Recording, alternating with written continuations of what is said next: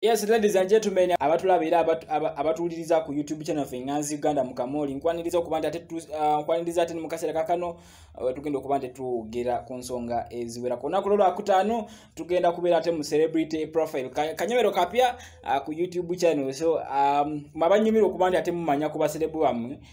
ndowooza kana akate kino kya mugaso nnyo mwandi badate musembera mwangwe ne muno mutegeeze ndi ate tusimuluda manya za DJ Mukirizo champion ntuse okubanda ate tusonsula ensonga zino mu mbeera ate esinga okubeera ate ey'obugonjofu ate era mu mbeera esinga okubeera eyakatawe ennyo naye nga tutunaba kweyongerayo nkusaba ekintu kimu subscribinga likinga sharinga ate commentinga n'ekirala bw'omala okusubscribinga bambi making that notification bell active kino kikuyambako nti buli video gye tuteekayo oba ofuna notification nti ate tu uploading video such that you don't miss out. So ensonga jembadde njagala okutegeezaako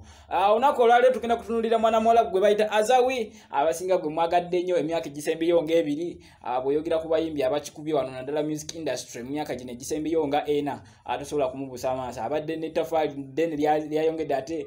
music industry ye Uganda okuva bwe yayingira ate mwaka 2019. So gwe tugenda okutunulirako gwe tugenda otunulira olunaku olwaleero tumunyonyoke mpola mpola ate we tunaaviirawo ndowooza nti bingi byonaba oyize. So gwena omuyimbi wo ali eyo ng'omwagana ng'owetaaga okumumanyako naatata nga si muyimbi naye nga celebrity ng'owetaaga okuba nti omanye ebyo ebyenjawulo byobadde tomanyi getha mu comment section tekamu erinnya lye ngenda kuba nti ate mukuleetera mugana mu bujjuvu no ate n'oyo gwe tuba twogeddeko naye ng'ate waliwo byobanga ate tetubikonyeko osootekayo ekibuuzo kyo mu comment section ngenda kuba nti nkifuna era ngenda kuba nti ate nkikuddamu ate mu bujjuvu bwakyo. So Priscilla Zawedde oba Azawi yani Azawi amanya g'amatuufu ye Priscilla Zawedde era ng'ono yazaalibwa mu mwezi ogwate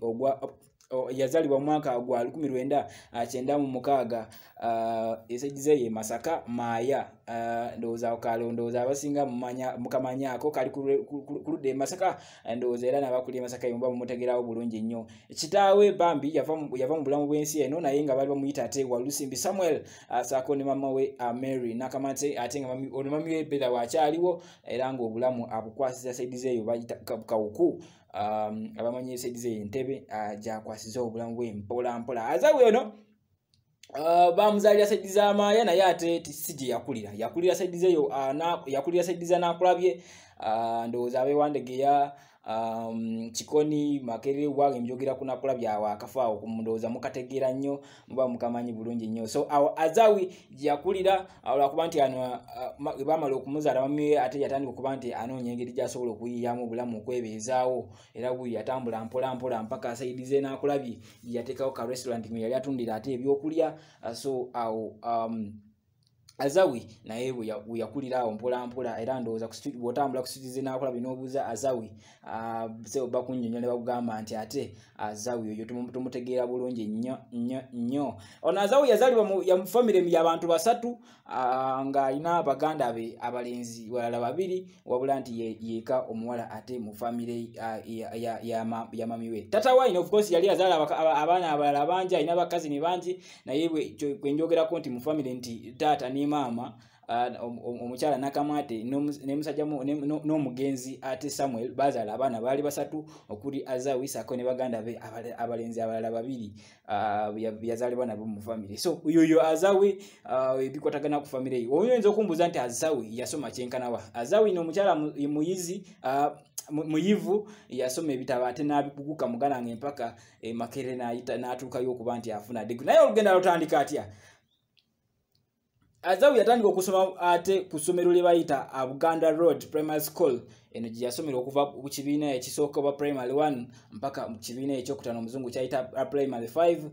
gye yali okuba gyetandikira emisomo gye wabula eno ate yamala n'avaayo n'agenda ku ssomero esaidize ye emukono kuli bayita ate Mother Kevin saidize eyo gye yasomera okuva P5 mpaka P7. Ensonga yamujja ate ku Buganda Road Primary School wano Azawi yali atandise okuyingirira music nga tugenda okuba nti ate tubiraba. So yali ayagala okuyingira ate dance group emu mu dance group gye bayita kika naye ate ebiseera ebyo yali nga ate amakanda eginda gasimba mukono so yali forced okuba nti akyusa essomero okuva ku Buganda Road Primary School n'agenda ate ku Mother Kevin gye yamalira ekyomusanvu era tugenda kuba nti ensonga ezo tuzinyonyoka mpaka mpola so just jiwekumira wano nga ate subscribe nga bwe yamaliza P7 Primary 7 of course yeyongerayo n'emisomo gye ku O level mu secondary era eno nga yatandikira ku ssomero libayita ate Lubiri SS naye eno teyamalayo kaseera kawanvu n'avaayo n'agenda ku London College eno yavaayo n'agenda ate ku St Henry's College Masajja eno gye yamalira senior 4 yatambula mu masomero mangi ate wano mu senior 6 mu secondary olw'ensonga ate ez'enjawulo akasente biki so secondary kusomero teyawangalangayo nnyo so yo olembera olw'akasente engeri waka ate akasente tekaliwo ate bulungi nnyo ate kati tata we yafa nga ali mu senior 2 so kati wana ate akasente nekekwatamu nga tekajja bulungi ate mami we yali naye nga strugglinga so kino nekimuwamu obuzibu so okuba nti ate yatambula nnyo ku masomero ate yamangi enaku yamukuba era mu senior O level A level senior 5 senior 6 eno senior 5 yete yagisoma just wabula nti yafuna akakisa n'atula senior 6 ate eno gye yafunira obubonero bwali 16 era bwe buti ndibumusomozesa okuba nti yegatta ku Makerere University ekyasinza okuba ate enkulu wano mu Uganda n'akuguka mu byate mu by'obusuubuzi omuntu kyayinza okugamba nti Bachelors of Commerce n'agifuna degree era agirina mukyala muyivu nnyo tosobola tomuyisaamu amaaso bw'aba linnya ku stage n'ogamba nti yo naatugamba ki yabisoma lwakuba nti ate music yamutwala so bantu bangi tusoma byetusomye naye tetumaliriza nga ati tugenze mu birala wali abasoma nga busomesa ati n'omusanga nga akola ku radio webyo so naazawe naye yasoma bya busuubuzi naye lwakuba nti ate omuziki gutegera nnyo okusinga ate ebirala wakitegedde ebyo nkugambye nti azawe okusoma kwe kwalimu ebizibu bingi naye ate yalina chance nti engeri gye yalina talent ey'okuzira n'okuyimba kino kyamweyimirira nnyo ate ku ssomero gye yayitira okuba nti ate afuna scholarships oba zi bursaries n'asomeranga ku bwereere ng'awamu ate asasulako za kitundu n'asobola okuba nti ate yayitawo Azawi ebyo ndowooza tubitegeka temba njaga kukuleetera Azawi omutuufu gwe tusinga okutegeera saa zino Azawi ayingira atya music industry okuba nti ate era afuuse ow'ensonga Azawi akugamba nti bwe yali enaakulabyawo ne mami we nga akyakola mu restaurant mami we yali ayagala nnyo okuba nti agenda okulaba abaana abaali bazina nga bayimba era bano nga baali mu group gye baali bayita ate Ndere Troupe baali batera nnyo okuperforminga so nga ebiseera ebimu Azawi agendayo ne mami we n'alaba abantu bano ate engeri gye baperformingamu naye lumu Azawi yava ewaka agenda ate emusaidize n'ogundi Ndere Troupe gye baali baperformingira atuuka atuula batandika okuperforminga ekintu ekyamujja enviri ku mutwe ate ekyamusanyula ennyo kwe kulaba omukyalo omu eyavaayo ng'ate asitudde ensuwa 10 ku mutwe eno bw'ayiba bw'azina kino kyamutwala nnyo obwongo era ne kimusikiriza nnyo bwe yakomawo ewaka n'agamba mami ndaba ekintu kye sitabangako mu bulamu bwange ate nange mpulira kati nkyagadde nnyo njagala okuba nti ate nkikola bwe yamugambako n'amugamba nti mami waliwo chance gye nsobola okuba nti ate nnyingiramu eno mu group nange ntandike okola abantu bano bye bakola mami we n'amugamba nti nedda nnyinza okuba kisobola naye kati lindako tulabe nga nsobola okukwasaganya ate engeri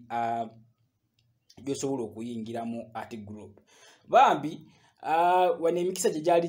gijja mpolampola naye nga tamanyi lwakuba nti tugamba nti emikisa olumu gijja naye nga tomanya ate chance comes only once bwe yalaba ng'ayagala okuyingira Ndere Troupe ke kaseera ate abamu ku ba members baali baagala okweyawulako okuva mu eyo mu Ndere Troupe era finally beeyawulako ne bakolawo ekibiina kyabwe kye bayita Kika Group amakanda gano nga bagasimba besaidize eyo mukono era baali bavaayo baali baagala okufunayo abaana abalala basobola okuyimba okuzina Azawi era n'akozesa eyo chance n'ayingira ate Kika Group gwali 2 ate 5 so n'abeerayo yeno yamalayo emyaka gyali 3. Chika group yali ekulemberwa ate musajja mukulu baali bamuyita Kadru. Bano baali banayira nga bazina traditional dance. Era nga Azawi yavayo era neyeereka nti ate bino abisobola bulungi nnyo naye eno ngeno yaliyo ate okumala emyaka 3 n'avaayo oluvannyuma lw'okuba nti ate bafunamu obutakkanya ne Mr. Kadu. Azawi yakunyumiza nti yali stubborn nnyo ate nga ate ne Mr. Kadu yali mukambwe, so nga tebasobola kukwatagana, tebasobola kweyongerayo. So by 2008 Azawi n'avaayo mu Chika group. Bwe yavaayo neyegatta ku ate ku culture group endala bali bagiyita Cranes Performers. Naye ate nayo teyamalayo kaseera kanene ennyo, yamalayo akaseera katono n'avaayo. Eno bwe yasangira omusajja gwe baali bayita ate Kiza Fred, ono yali ate atraininga abaana abayimbi ku ssomero erimu libayita St. Janan. Naye ate eno nga Azawi nayo yayitirayo okko. So namwegattako eno yamuyigiriza okuba nti ayimba, okuwandika ennyimba. Era onakugamba nti Fred yakola kyamaanyi nnyo okuba nti amushapinga naddala mu mbeera y'okuyimba ate n'okuba nti awandiika ennyimba. Naye lwakuba nti ate kati ebyokusoma byali biwedde mu mwaka 2 ebyokusoma, yegatta ku group gye bayita ate Kama Band. Eno yali yatondebwawo ate mukwano gwe, lwakuba nti ate mukwano gwe by then yali akyasoma but nga baperforminga during weekends mu bibala ebyenjawulo. Azawi n'abigattako era nga bagenda buli weekend bagenda ne baperforminga. Naye ng'ono Azawi ye kye yasinga nnyo okukola nga akola nnyo ezo cover oba nga amayiminga nnyo ennyimba z'aba Jamaica. Era Azawi y'omu ku bayimbi wano mu Uganda abakazi nga bw'omugamba nti tula mu luyimba olw'omu Jamaica lwonna akukuba ate naawe n'ovaawo ng'okkiriza nti yes she has got talent. So yamayiminganga nnyo ennyimba z'aba Jamaica, ekimwongera okubeera nti ate kimufuula owakabi ate mu career ye. Mwaka 2016 eno yali turning point ye oluvannyuma lw'okusanga ate mwana mulenzi Eddie Kenzo Idrisa Musuza CEO ate wa Big Talent. Lumu bali bagenze ku performinga bana bakama band gye basanga ate mwana mulenzi Idrisa Musuza ne bamugamba sebo can we perform with you on the same stage. Kenzo ne yena takifunamu buzibu ne bagenda ne bakiperforminga ne bakikuba bulungi nnyo ate Eddie Kenzo n'amulabamu ate ekitoni ekyenjawulo nga amulaba omuntu amanyi okuyimba. Natandika okumwaniriza ewe ate ku Big Talent studio. Najjangawo ng'ajjawo n'asooka n'ambwamu obupera bw'awandika ennyimba mpola bw'iti. Era lumu yawandikako oluyimba n'aluwa mukulu Kenzo lwakuba nti ate luno terwafuluma, wabula nti ate ekyenjawulo ekiriwo nti yafuna akasente agamba nti luno oluyimba lwe yasobola okuwandika okuluguza Kenzo baamuwa akasente era emitwalo gyagiwerako emitwalo nga 5. N'avimba mpola naye atamanyi nti ate ono obulamu bugenda kuba nti ate bweyongerayo okubeera bulungi. Azawi yagamba nti passion ye teyali nnyo mu bintu bino byakuyimba, ye yali yagala nnyo ebyo okuwandiika. Agamba nti okuwandiika kumwanguyira nnyo okusinga, naye ate azze nga atulaga nti ate muganda wange n'ebyokuyimba nabyo abisobola. Y'omu ku bayimbi abakuwa lyrics. Ze ndowooza nti bw'oba owuliriza oluyimba oyinza olowooza nti okuyimba kwangu naye nga zikuwa nti zizo zitulemu, bakutuma ku bigere okuva ate Kampala n'ogenda Impala n'okomawo naye nga ate tubiyimbye. Yoyo mwana muwala Azawi. So Eddie Kenzo bw'amulaba ng'alimu ekitone ekyo ekiwandiika ate lyrics nga zinyuma, n'atandika okumulinkinga oba okumuterawo ate emiwaato okwatagana n'abayimbi ab'amaanyi. Era mu bano yamutwalako Ewanina Rose n'amuwandikira akayimba. Abayimbi abalala nga Lya Jasmine yamuwandikira ennyimba eziwerako, ng'ayongera okuba nti ate apromotinga talent ye. Wabula akaseera katuuka nti enkola yabwe Eddie Kenzo n'esebegereramu oluvannyuma lw'okuba nti ate producer Kusain yali official producer wa Eddie Kenzo ebiseera ebyo. Nga bemulaba nti abana abayimbi abasinga ennaku zino babeera ne ba official producers nga bolaba nti kati Bobby alina Danny Magic, David Utala alina David Itala alina ayalete kati sazo time yakubira ate official producer Wade Kenzo ebisere byali kusaim naye kusaim batu akaseera nga tebakwatagana n'avaayo bwe yavaayo ebintu ate ne bicyankalana nga engeri Azawuji yali yeyagala mu big talent nga tekyakola wabula nti ate kusaimu yavaayo yagenda side ze Makinde natandikawo studio ye gyatandika okubanga nti ate ayaniriza Vinka namuyita ebyolumu ne bajja ne bakolamuko studio waka mpola mpola nga obimanyi nga akolamuko some training kati lumu Azawe abere waka awandika oluyimba akwata simu akubira kusaimu amugamba nti muganda wange nina akayimba kena wandisa wana njagala onfuneyo track atubenti ate tukatulamu Azawe sorry producer kusaimu ikwe kugamba nti muganda wange sikulina akobuzibu jangu okola akayimba Azawe ya recording akayimba kebayita kuina mino olumalizo ka recordinga n'agamba nti naye n'okuba nti akana akayimba nkafunamu akasimbi so bwe yatula wansi n'alowooza n'agamba muyimbi kigwe nsobola okuba nti ate nguza kana akayimba n'alowooza ku mwana muwala Winwaji wa Swangz Avenue so olwamalani atambuza bigere mpaka wuyo mu Swangz Avenue agenze atuuse yasanze Muzeeyi Julius Kyazi amugamba nti n'akayimba kange kano kenjagala okuba nti mbaguza naye ndowooza ko nti omuyimbi asobola okatulamu bulungi ye ate Winwaji mukulu kyaze kukwata akayimba n'agenda ate mu office ye n'ateka akayimba n'akawuliriza emirundi egiwerako kwe kulaba nti ate ono omwana ate ekitone kyalina si kya bulijjo bwe yavaayo n'amugamba nti nyabusokoddeyo ngenda kuba nti nkukubira essimu obaddamu omukubira essimu n'amuyita Azawi n'agendayo yali amanyi nti babagenze kumusasula kumbe yali tamanya nti ate bagenda kumusayiningira ddala yamugamba nti Azawi yakomawo Julius Kyazi kwe kumugamba nti ate ekitone kyolina kyanjawulo tugenda kuba nti tukusasula wabula nti tulina offer ey'okuba nti ate tukusayininga emirimu gy'obe nti ogikolera mu Swangz Avenue Azawi yali alowooza nti byakusaaga kumbe abasajja ate bali serious so mu mwaka gwa 2019 omwezi gwali gwa November ne bafaayo batulaga nti ate Azawi officially signed under Swangz Avenue okwegata ku bayimbi abali ebiseera ebyo nga ate Vinka Winwaji of course ebiseera ebyo gondi yali yankavaawo Irene Ntale nebyo ndowooza mubimanyi batabimanyi ubwatu kimanyi so bulukuntera mu comment section awo ne nkuletera embozi ate nga bwe yali etambula era yebyavirako kuba nti ate Irene Ntale avaawo naye that will be a discussion of another day tuli kumana mwala Azawi gwe tuongerako kuba nti ate tumanya biche ebyo bimukwatako so mu November 2019 Azawi yavaayo ne bamulangirira nti saini mu Swangz Avenue nga of course DJ Fama Julius Kyazi amaze okuwuliriza akayimba mugamba nti kana akayimba gwagenda okatulamu era gwagenda okafulumya era finally enaku z'omwezi mu January wate 22 nafulumya akayimba akakwina mina akayimba abasinga ate akafutira ddala etabu enyo era okuva nikolo ndowooza Azawi taddanga mabega yamala nafulumya obuyimba obulala nga ate repeat it ndowooza mukategera mwakagala nnyo lockdown yate ya 22 ndowooza mujjukira obuyimba bebumu bwasinga okukuba ku radio ne ku TVs wane Uganda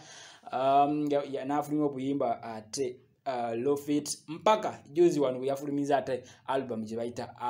African music eliko obuyimba obungi nga slow dancing Maya Maje Gimme Ache for you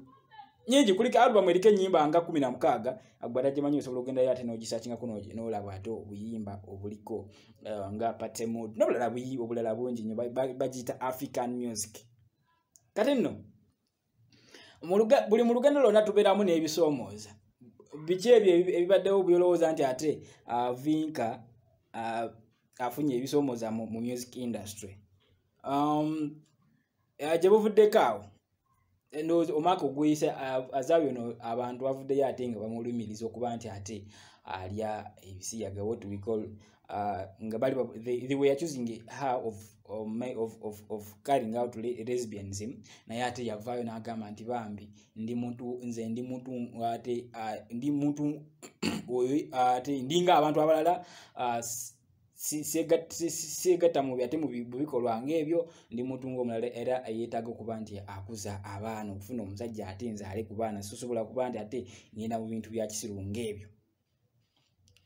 Era gyevuddeko awo omwezi gwali October 2021 ensonga bamukwatako polisi yamukwatakira ne bamugalira polisi y'Ekireke eyo okumala ennaku zaali 3 wano nga bamulumiriza nti yabba akasente k'omugaggaano mu Uganda naye ate it was just misunderstanding ezavirako ate okuba nti Azawe ne manager we gwe bayita Jaira bakwatibwa era ne basibwa okumala ate ebbanga ly'ennaku 3 naye ensonga bamala ne basolovinga ate nebiggwa. That's also a story for another day. Mpanvu nnyo wemba ntandise ate kuba nti ate njikunyumiza tuyinza okuba nti tusulawo wano naye oba ogyetaaza osobola mu comment mu comment section nenyimba nti ate njikunyumiza. Of course bingi byazze nga awangula wano music industry Uganda bwawadde obusinga abuwangudde naye ate bingi byazze nga atuukako for example mu mwaka guno 2021 Azawe yalabikirako ate ku emu ku billboards mu New York ezikyasinze okuba nti z'amaanyi zino zirabikako azirabikirako abakikubye omwaka ogwo ze tuyita ate New York Times ate Square wakitegedde saidi zizangibwa saidi zeyo ate America ndowooza wano mu Uganda omuyimbi abadde akyasembeyo okulabikirako ye Idrisa Musoza Kenzo naye ate Azawe naye yavaayo n'akikuba mpaka ate n'azirabika n'abantu ate yalabikirako ku ezo billboards. Mu awards azze nga awangula guno omwaka 2021 ndowooza gubadde mwaka gwe kuba awangudde za awards nga 8 yawangula awards nga 8 within just 2 weeks. Era nga mu zino awards mulimu Jazz Awards yawangulira ate categories zaali 3 omuli Female Artist of the Year, Outstanding Album of the Year gye bayita African Music, Outstanding Afrobeat stroke Pop Artist yagiwangula. Twali twankayitawo wiki emu ate Buzz Teens Awards nazo nezibeerayo era bino yakukumba nkukumba awards zibeerako 5 namba ng'era omwemuli Teens Female Artist of the Year yagiwangula n'awangula Artist of the Year, Teens Hottest Song Writer yakawangula n'awangula Teens Hottest Song of the Year Slow Dancing n'akawangula Teens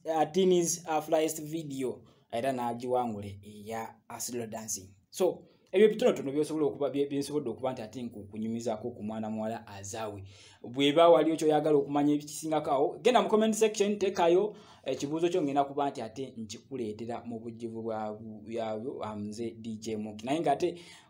kyolina okola subscribing, liking, sharing, making notification bell active. Atugenda kuba nti tuwejisa kano tugenda kuba nti ate nkuleetera serebu buli week.